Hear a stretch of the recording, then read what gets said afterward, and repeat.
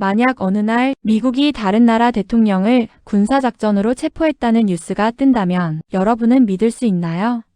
최근 온라인과 일부 매체를 중심으로 미국이 베네수엘라 대통령 니콜라스 마두로를 체포했다는 충격적인 이야기가 빠르게 퍼졌습니다. 하지만 이 이야기는 단순한 가짜뉴스일까요? 아니면 실제로 그럴 가능성이 존재하는 국제 정세의 결과일까요? 오늘 영상에서는 이 체포설이 왜 나왔는지, 미국과 베네수엘라 사이에 무슨 일이 있었는지, 그리고 만약 이런 일이 현실이 된다면 어떤 파장이 생길지까지 차근차근 정리해 보겠습니다. 일부 마두로는 어떤 인물인가?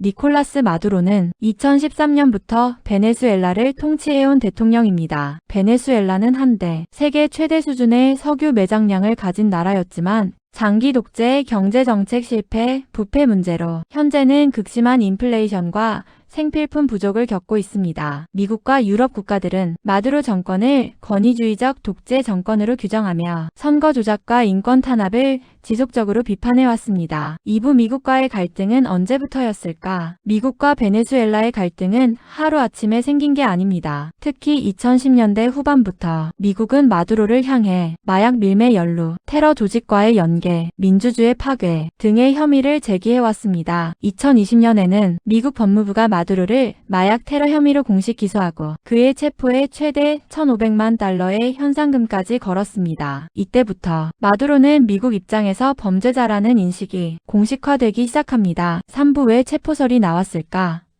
그렇다면 왜 갑자기 미국이 군사작전으로 마두로를 체포했다는 이야기가 나온 걸까요? 이 배경에는 세 가지 이유가 있습니다. 첫째, 미국은 실제로 외국 지도자를 체포하거나 제거한 전례가 있습니다. 사담 후세인, 오사마 빈 라덴이 대표적이죠. 둘째, 최근 베네수엘라는 대규모 시위, 군 내부 불만, 정권 붕괴 가능성이 동시에 거론되고 있습니다. 셋째, 미국은 석유 시장 안정과 중남미 영향력 회복을 위해 베네수엘라 정권 변화에 큰 이해관계를 가지고 있습니다. 이런 상황이 겹치며 만약 미국이 행동에 나선다면 이라는 가정이 마치 실제 사건처럼 퍼지게 된 겁니다. 4부 만약 실제로 체포된다면 벌어질 일.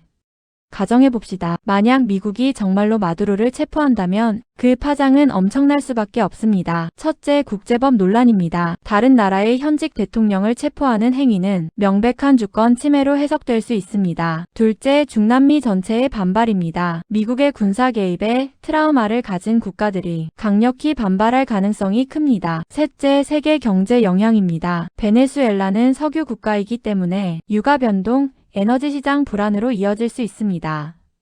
5부 그래서 이 사건이 중요한 이유. 이 체포설은 단순한 가짜뉴스라기보다는 지금의 국제 정세가 얼마나 불안정한지를 보여주는 신호입니다. 미국과 베네수엘라의 갈등은 언제든 실제 충돌로 번질 수 있는 수준까지 와 있고 그 가능성이 이런 이야기들을 현실처럼 느끼게 만들고 있습니다. 엔딩.